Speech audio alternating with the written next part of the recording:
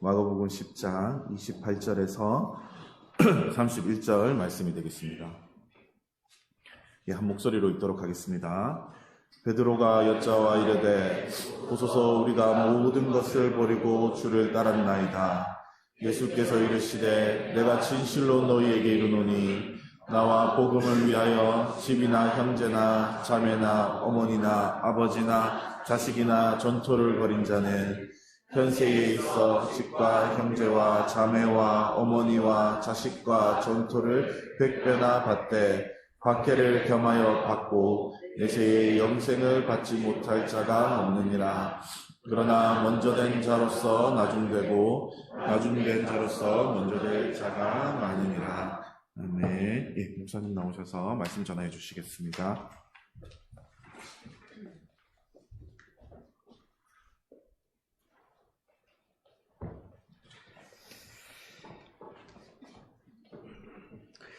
예수님이 세상에 오셨을 때 유다 지방에 살아가던 사람들은 하나님의 율법을 어떻게 하면 잘 지켜 행할까 거기에 관심이 많았습니다. 모세를 통해서 하나님이 주신 율법, 그 율법에는 크게 10계명이 있겠지만은 구체적인 내용으로 들어간다면 거기에는 제사를 어떻게 드릴 것이냐 하는 제사 의식에 관한 것이 있고, 또 그리고 그 안에는 절기를 어떻게 지킬 것이냐 하는 내용, 그래서 안식일, 월삭, 그리고 유월절, 또 초실절, 회개하게 하는 그런 회개의 절기, 나팔절, 또 수장절, 이러한 절기들을 하나님 앞에서 어떻게 지켜야 할 것이냐, 또 성막은 어떻게 세우고 그 성전은 어떠한 모양으로 또 규격으로 어떤 재료로 건축해야 할 것이냐, 그리고 그 안에서 레위인들과 제사장들은 어떻게 하나님을 모셔야 할 것이냐 하는 그러한 내용, 그리고 거룩한 성민으로 부르심을 받은 이스라엘 백성들은 하나님 앞에서 어떻게 살아야 할 것이냐 하는 그 전반적인 내용, 그 율법을 어떻게 지켜 행할 것인가, 여기에 관심을 가지고 있었다는 겁니다. 자, 그런데 예수님은 율법을 하나님이 주신 것은 그 율법을 지켜 행함으로 의에 이를 수 있기 때문에 주신 것이 아니라는 거예요. 율법을 지켜 행하다 보면은 하나님 앞에서 내가 죄인이구나 하는 것을 깨달아 알게 하기 위해서 율법을 주셨다는 겁니다. 그러면 그 많은 율법을 그저 그 율법을 통해서 내가 죄인이라는 사실 그것만 깨닫기를 원하느냐? 그것이 아니라 율법을 행함으로 내가 의로워지려고 한다면, 그러면 나는 율법 앞에 심판을 받아서 죄인으로 발견됩니다. 그러나 똑같은 율법을 보고 내가 행함으로 의에 이르려고 할 것이 아니라 율법을 보고 나는 누구인가? 그리고 하나님이 약속하신 메시아는, 즉 그리스도는 어떤 분이신가? 라고 하는 존재를 발견하기 시작하면 율법을 통해서 내가 행함으로 의를 이루려고 하면 실패자가 되게 하고, 율법을 통해서 존재를 발견하게 되면 구원이 이른다는 거예요. 그러므로 똑같은 율법을 가지고 행위 규범으로 율법을 해석할 것이냐, 그리고 존재 규범으로 율법을 해석할 것이냐, 여기에 따라서 먼저는 죄인이 되고 다음에 구원에 이르는 의를 우리에게, 그리스도를 발견하게 함으로 인해서 구원을 우리에게 주신다는 거예요. 자, 그런데 이 사실을 그저 바리새인들과 서기관, 유대인들은 율법을 오직 어떻게 지켜 행할까? 그리고 나는 다른 사람과 비교하건대 나는 하나님의 율법을 잘 지켜 행함으로 나는 의롭다. 이렇게 여긴다는 거예요. 그래서 예수님이 화 있을진저 바리새인들과 서기관들아. 그러니까 화 있을 것이다. 자, 너희들은 박하와 회향과 근처에 11조를 바친다. 정말 율법을 철저하게. 그저 텃밭에서 나오는 그러한 향신료, 화분에서 길러내서 먹을 만한 향신료, 그리고 샐러드용으로 그저 심어서 거두어 먹을 수 있는 것까지, 또 양파, 당근 이런 근처에 10분의 1까지 너희들이 잘 바치고 있다. 자, 그러나 너희들은 하나님이 율법을 주신 목적, 그것을 제대로 파악한다면 이것은 율법을 통해서 11조를 왜 내야 하느냐? 그것은 의와 신과 인이다. 그러니까 하나님 앞에 11조를 바치게 하고 그 율법을 지키도록 하신 이유는 무엇이냐 하면은 하나님의 의가 무엇인가? 그 정의의 기준을 알게 하고, 그리고 긍휼한 마음을 가지게 하고, 그리고 믿음을 가지도록 하기 위해서 그 율법을 주신 것 아니냐? 11조를 바치도록 했지 않느냐?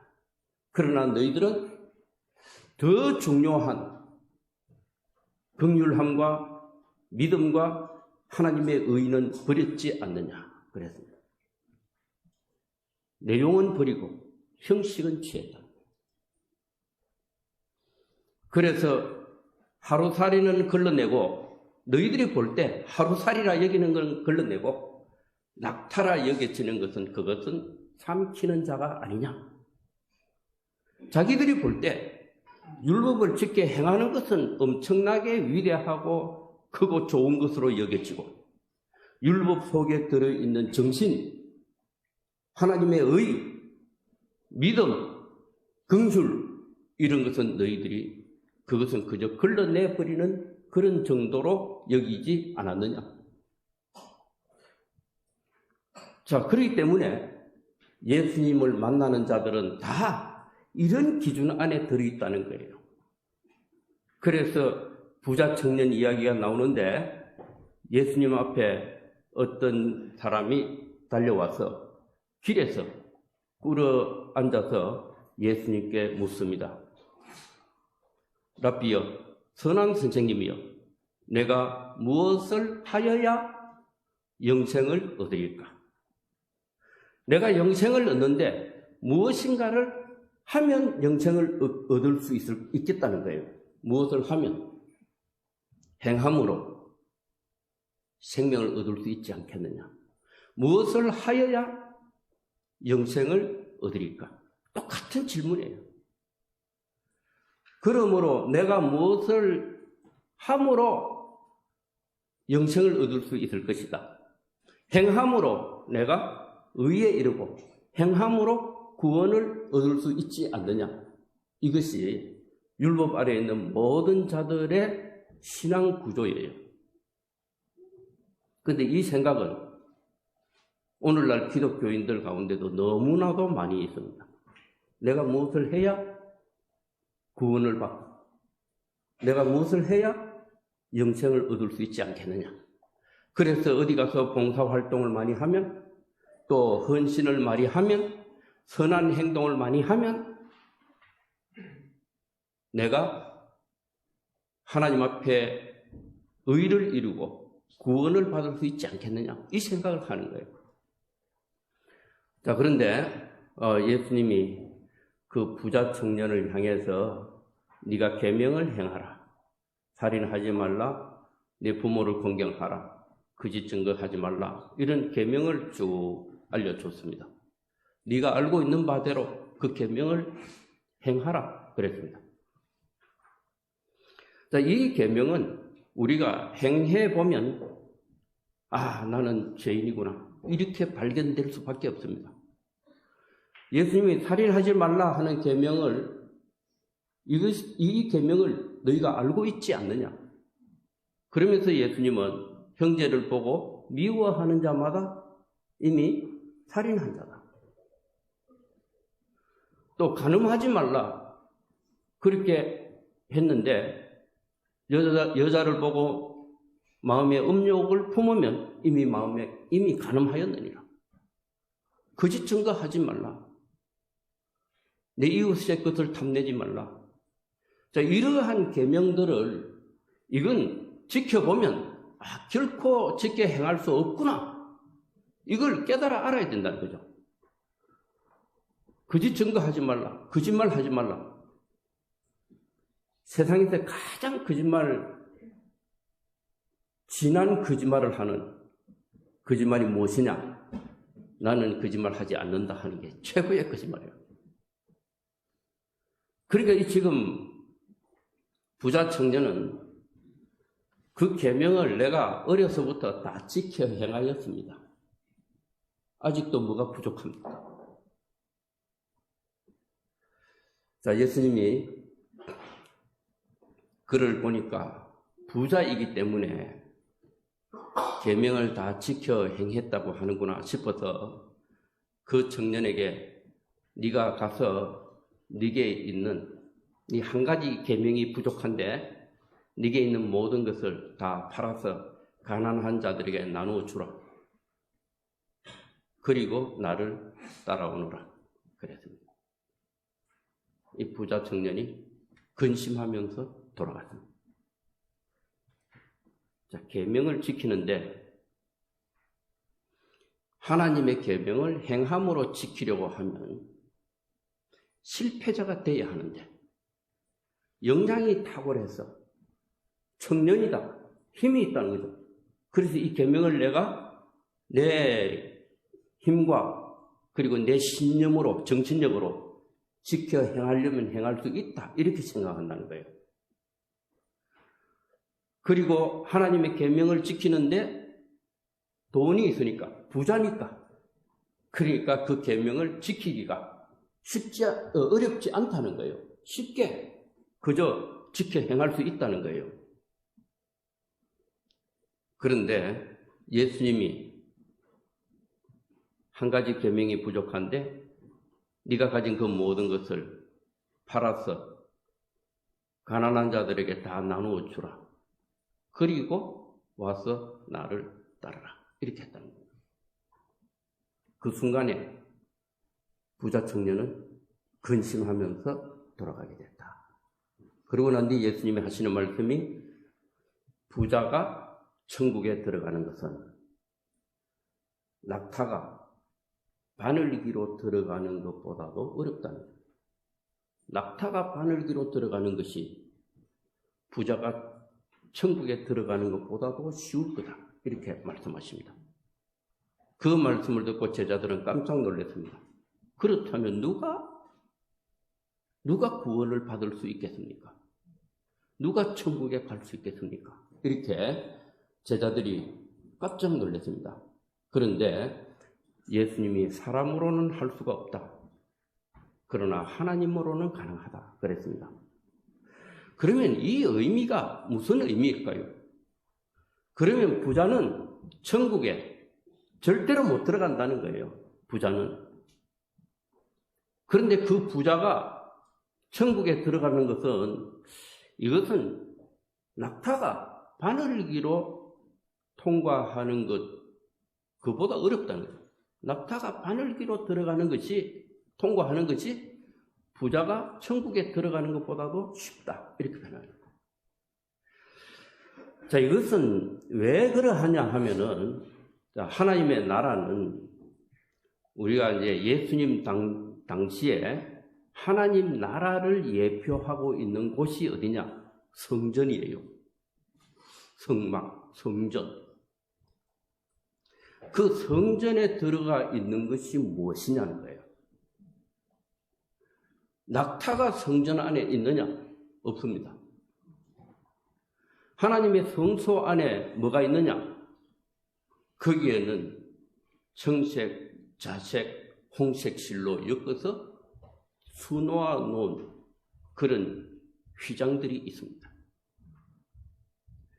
그리고 섬세하게 짜여져 있는 세마포가 있습니다. 제사장이 입은 예복 속에도 세마포가 있습니다. 그리고 흉배에도 짜여져 있습니다. 수놓아져 있습니다. 청색, 자색, 홍색 실로 수놓아져 있는 것이 있습니다. 그 모든 것들은 다 바늘기로 통과하는 것이에요. 바늘기로 통과하는 것은 실이에요, 실. 보잘것없어요. 너무 보잘것없는데 그것이 다 엮여지고 그것이 다 짜여지고 그것이 다 수놓아졌을 때 그것이 어디에 가 있느냐? 하나님의 성소 안에 들어가 있다. 하나님의 나라도 보잘것없는 것인데 마치 씨앗과 같고 눈에 보일 듯 말 듯한 것이고 빛과 같고 씨앗과 같고 생명은 전부 다 작은 데서 보잘것없는 작은 데서 시작된다는 거예요. 그러나 바리새인들, 서기관들, 행함으로 의를 이루려고 하는 자들, 자기의 건강함과 강함과 강한 신념과 또는 추진력, 자기 역량, 또 자신이 가지고 있는 재산, 이러한 것이 많아서 그러한 역량으로 무엇인가를 이루어내므로 내가 의로움에 도달하고 하나님의 계명들을 지켜내고 또 그것을 내 신념으로 이루어내고 그렇게 해서 내가 위대한 업적을 남겨서 내가 하나님 나라에 합당한 자가 될 수 있지 않겠느냐 이 생각을 한다는 것입니다. 그러므로 예수님이 십자가로 가셔서 손과 발에 못 박히시고 피를 흘리시고 그곳에 죽으신 이유가 바로 우리 자신의 그 고집스러운 생각이 십자가에 못 박혀야 한다는 거죠. 내 자신의 모습을 예수님이 보여주셨다는 거죠. 십자가에 못 박힌 자가 되고 혈과 육에 대해서는 죽은 자가 되어야 된다는 거죠. 오히려 위대한 공적으로 하나님의 의를 이루고 구원을 받을 수 있을 것이냐? 영생을 얻을 수 있을 것이냐? 절대 안 된다는 거죠. 낙타가 바늘기로 들어가는 것이 더 쉬울 것이다. 그렇게 예수님이 말씀하신다는 겁니다. 그러므로 부자 청년에게 네가 가진 모든 것을 팔아서 가난한 자들에게 나누어 주라. 그리고 나를 따라오너라. 그렇게 했습니다. 그 말을 듣고 지금 예수님의 제자들이 들어보니까 우리는 그래도 다 버리고 주님을 따라왔는데 우리는 영생을 얻는데 지장이 없겠구나. 이런 생각을 하게 되었다는 거죠. 그래서 시몬 베드로가 예수님께 그렇게 말합니다. 우리가 모든 것을 버리고 주를 따랐나이다. 그랬습니다. 그러니까 시몬 베드로도 또 요한, 야고보, 안드레 다 예수님을 만났을 때 어떤 제자는 그물을 던질 때 예수님을 만나게 되고 어떤 제자는 그물을 꿰매고 있을 때 예수님을 만나게 됐는데 그런데 예수님을 만나고 난 뒤 바로 그물을 버리고 배와 함께 아버지까지 배에 버려두고 예수님을 따라갔다는 거예요. 그러니까 아비도 버리고 그물도 버리고 배도 버리고 모르겠다 하고 주님을 따라갔다는 거예요. 자, 그러니까 베드로가 우리가 모든 것을 버리고 주를 따랐나이다 이렇게 하니까 예수님이 하시는 말씀이 내가 진실로 너에게 이르노니 나와 복음을 위하여 집이나 형제나 자매나 어머니나 아버지나 자식이나 전토를 벌인 자는 현세에 있어 집과 형제와 자매와 어머니와 자식과 전토를 100배나 받되 박해를 겸하여 받고 내세의 영생을 받지 못할 자가 없느니라. 현세에 받는 게 있고 내세에 받는 게 있습니다. 현세에 받는 건 뭡니까? 현세에 다 버렸던 거. 여기에 보니까 현세에 받는 거, 집과 형제와 자매와 어머니와 자식과 전토를, 모든 땅을 100배나 받는다는, 아버지가 100명이고 어머니가 100명이고 자식이 100명이고 토지가 100배고 다 받는다는 거죠. 아버지가 100명이라서 좋겠습니다. 아버지 한 분만 있어도 잔소리를 많이 해서 힘들어 죽겠는데 그래서 여기까지 달아나듯이 온 사람도 있는데 어머니가 잔소리를 많이 해서 한 분 모시기도 힘들어서 여기까지 도망와야 되기도 한데, 그런데 어머니가 100배가 됐습니다. 아버지도 100배가 되고 형제도 100배가 되고. 이건 현세에 이루어진다는 거예요. 내세가 아니라.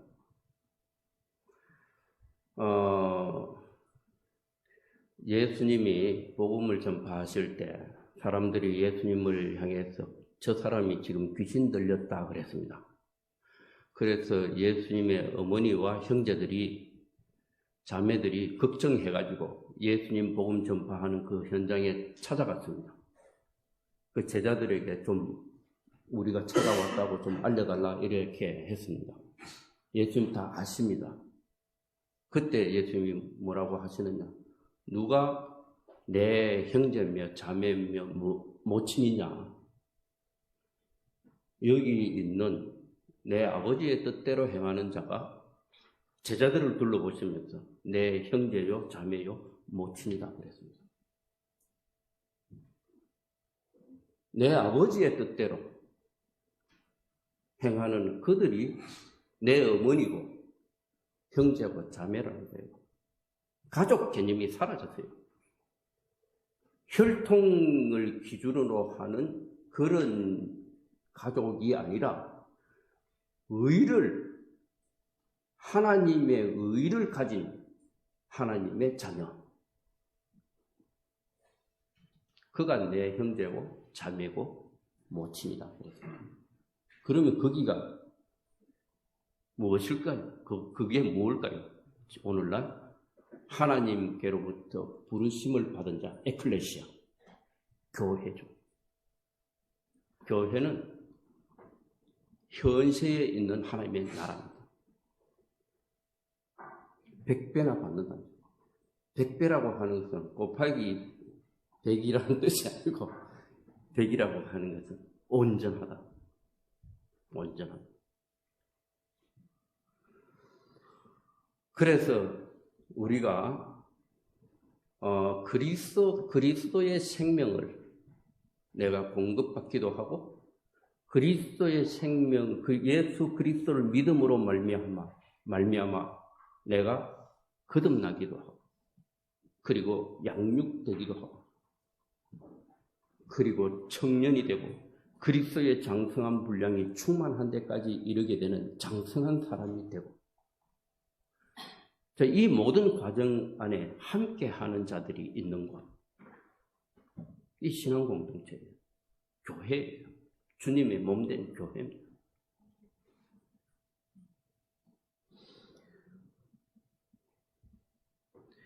이 교회는 박하와 회향과 근처의 11조를 바쳤느냐 안 바쳤느냐, 이것보다 더 중요하게 여기는 것은 의와 인과 신이 있느냐 없느냐, 즉 하나님의 정의와 긍휼함과 믿음이 있느냐 없느냐, 이것으로 하나가 된 신앙 공동체를 말합니다. 지금 현재 우리가 살아가고 있는 이 세대, 또 이 시대에 집과 형제와 자매와 어머니와 자식과 전토를 100배나 받게 된다 그랬습니다. 그런데 그냥 받는 것이 아니라 어떻게 받는자?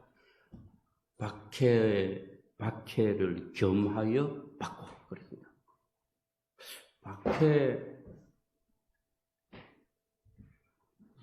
교회 공동체 안에 들어오게 되면 그냥 오늘에 등록했다 그러면 다 받았느냐? 그게 아니에요. 자, 이것은 박해를 왜 받느냐? 박해가 교회 밖에서 박해를 받을 것이다. 이 생각만 할 수 있습니다. 믿지 않는 자가 믿는 자를 박해할 것이다. 이렇게 생각합니다. 그런데 사실은 내 속에 나를 괴롭힘이 생기게 됩니다. 이것은 의가서로 내 속에 내 의가 무너지게 되는 가치 기준, 삶의 목적이 내가 이전에 가지고 있었던 내 삶의 목적, 그리고 내가 무엇을 위하여 살 것이냐, 그리고 내가 무엇을 가치롭다고 여길 것이냐, 가치 충돌 현상이 나타나게 됩니다. 교회 공동체 안으로 들어오려고 하면 가치 충돌이 내 속에서 일어나요. 누가 괴롭혀서 괴로운 게 아니에요. 누가 속 시끄럽게 해서 속 시끄러워지는 게 아니라 내가 나를 괴롭혀요. 왜냐? 나와 다른 가치 기준이 보인다는 거예요. 나와 다른 삶의 목적이 보이는 거예요. 그럴 때 내 속에 내 자신의 박해의 과정을 거치지 않을 수가 없는 겁니다. 이걸 함께, 박해의 과정을 함께 거치게 된다. 그리고 내세에 영생을 받지 못할 자가 없느니라. 이 내세라고 하는 것은 다음 세대, 이런 뜻을 갖고 있지만은 영원한 시대, 이런 개념을 갖고 있습니다. 영원한 때, 다음 시대, 영원한 때, 이런 의미를 갖고 있죠. 이 내세라고 하는 말 자체가 이게 우리 무슨 자동차 보니까 아이온 이래 있던데, 전기 자동차가 뭐 아이온인지 아이오닉 그런가 뭐 하여튼 이 아이온이라고 하는 것이 다음 세대 이런 뜻을 갖고 있으면서 내세입니다. 내세. 다음 영원한 세대. 그런 내세 이런 개념이 아이온입니다. 그래서 이 아이온 영원한 시대, 영원한 다음 세대, 영원한 세대, 영원한 시대. 그런데 이것은 과거사에서도 사용하게 되고 미래사에도 사용되어지는 단어입니다. 지금 현재 영원한 생명을 가진 자로 살 수 있다는 것. 즉 다르게 표현하면 예수님이 나를 믿는 자는 죽어도 살겠고 무릇 살아서 나를 믿는 자는 영원히 죽지 아니하리니 이것을 네가 믿느냐? 영원히 죽지 않아. 영원한 생명이라고 하는 것은 무엇이 영원한 생명이냐? 예수님은 나는 생명이다. 내가 곧 생명이다. 예수님이 지금 내세로 가신 게 아니에요. 지금 현재 계신데 이미 예수님은 나는 생명이요. 나는 길이요, 진리요, 생명이요. 그때 그 생명이라고 하는 말, 이게 조회라고 하는 영원한 생명을 말합니다. 이미 영원한 생명을 갖고 있다는 거예요. 하나님이 우리를 지으신 목적이 실현되어진 사람은 이미 영원한 생명을 가졌다는 거예요. 그래서 영생을 얻었고 이렇게 봅니다. 영생을 얻을 것이고 이렇게 하지 않습니다. 믿는 자는 영생을 얻었고 그렇게 합니다. 영원한 생명이 있다는 거예요. 현세에. 그런데 다음 세대, 영원한 시대, 영원한 세대, 즉 내세에도 영원한 영생을 얻지 못할 자가 없느니라. 이미 현세에 영원한 생명에 관한 신앙을 가진 자는, 생명이 있는 신앙은 내세에서 영생은 얻지 못할 자가 없을 것이다. 그렇게 말씀하고 있습니다. 예수님이 너무 분명한 율법과 우리의 신앙이 어떤 상관관계를 가져야 할 것이냐.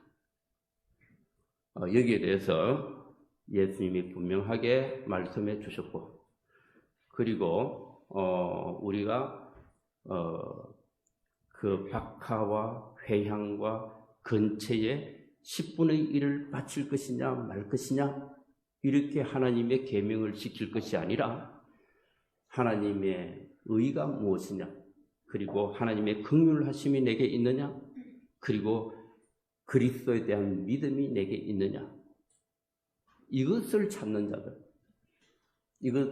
자들은 현세에서 하나님의 나라와 같은 삶을 살고, 그리고 내세에 영생을 얻을 수밖에 없을 것이다.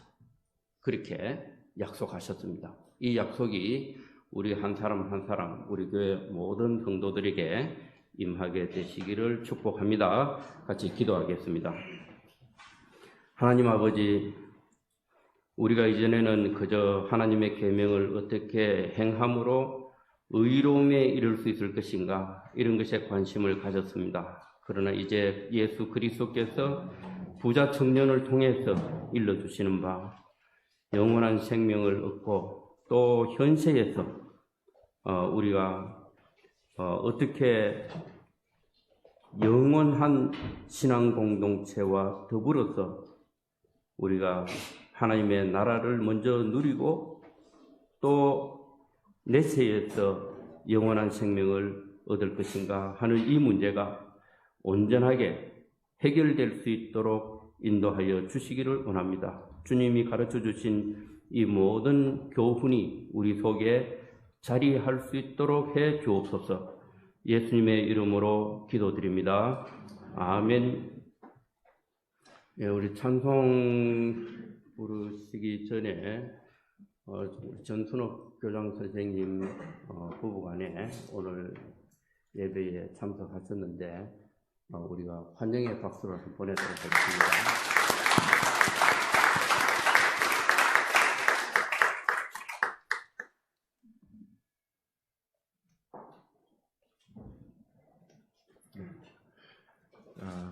찬송가 302장 찬양 드리겠습니다.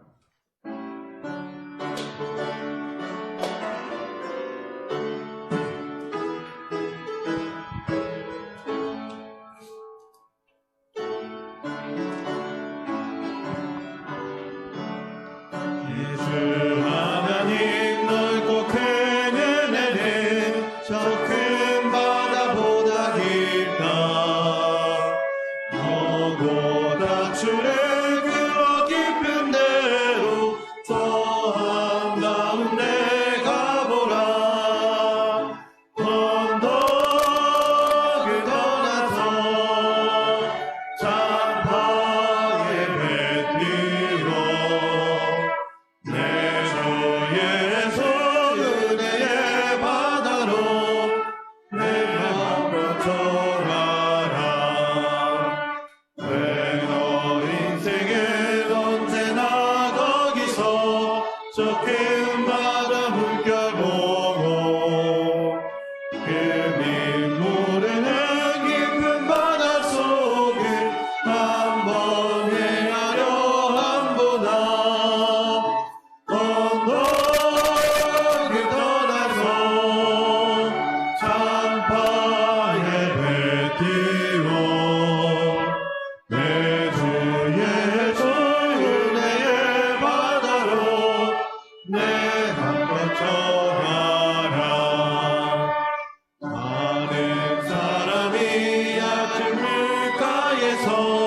저 큰 바다 가려다가 찰싹거리는 작은 바다 보고 마음 약하여 못 가네.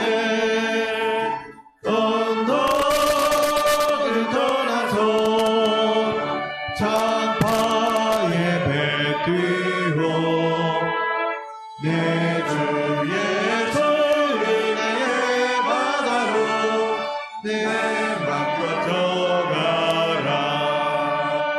자고 가거라 이제 곧 가거라 저 큰 은혜 바다 향해 자고 내 노를 저 깊은 데로 가라 막막한 바다로. 언덕을 떠나서 창파에 배 뛰어 내 주 예수 은혜의 바다로 내 맘 가져가라. 아멘. 네, 주기도문 드림으로써 주일 예배 마치도록 하겠습니다. 하늘에 계신 우리 아버지, 아버지의 이름을 거룩하게 하시며 아버지의 나라가 오게 하시며 아버지의 뜻이 하늘에서와 같이 땅에서도 이루어지게 하소서. 오늘 우리에게 일용할 양식을 주시고 우리가 우리에게 잘못한 사람을 용서하여 준 것 같이 우리 죄를 용서하여 주시고 우리를 시험에 빠지지 않게 하시고 악에서 구하소서. 나라와 권능과 영광이 영원히 아버지의 것입니다. 아멘. 네, 주일 예배 마치도록 하겠습니다.